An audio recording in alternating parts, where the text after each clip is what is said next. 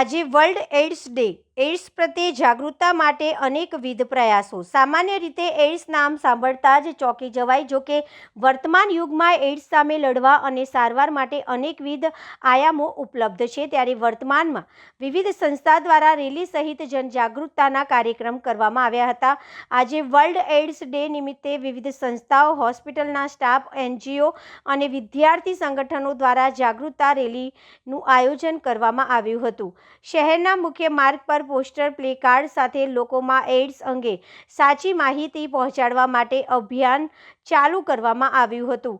નિષ્ણાતોએ HIV/એઇડ્સની જોડાયેલા ભ્રમો દૂર કરવા, પરીક્ષણની જરૂરિયાત અને સારવારની ઉપલબ્ધતા અંગે લોકોને માહિતગાર કર્યા હતા.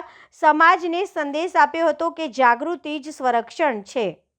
નમસ્કાર, મારું નામ ક્યુટી માધાણી, કાઉન્સિલર ઓફ લક્ષ્ય ટ્રસ્ટ. આજે 1 ડિસેમ્બર વર્લ્ડ એઇડ્સ ડે નિમિત્તે અમે લોકો છે WHO વર્લ્ડ હેલ્થ ઓર્ગેનાઇઝેશન છે અને નાકો નેશનલ લેવલ પર જે કામ કરે છે એની ગાઈડલાઇન વિક્ષેપોને હટાવો અને અવરોધોને અટકાવો એના પર જે 2026માં અમે લોકો અવેરનેસ અને પ્રિવેન્શન માટે જે કાર્યક્રમો કરવાના છે તેના ભાગરૂપે નજીકના પોલીસ સ્ટેશનો, સ્કૂલો, કોલેજો, જે ખાસ કરીને આપણું યુથ છે એને અવેર કરવા અને પ્રિવેન્સ કરવા માટે અમે જે લડતમાં જોડાયા છે તેમાં સરકારી હોસ્પિટલનો જે નર્સિંગ સ્ટાફ છે, પોલીસ કર્મીઓ છે અને ઓબ્વિયસલી અમારા મીડિયા ગ્રુપના જે ભાઈઓ છે જે અમારા માટે ખડે પગે ઊભા રહે છે, એમને રેડ રિબીનો બાંધી અને અવેરનેસ માટે કાર્ય કર્યા છે.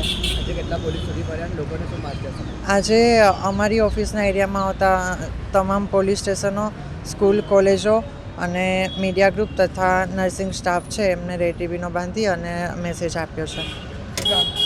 મારું નામ ક્યુટી માધાણી, કાઉન્સિલર ઓફ લક્ષ્ય ટ્રસ્ટ.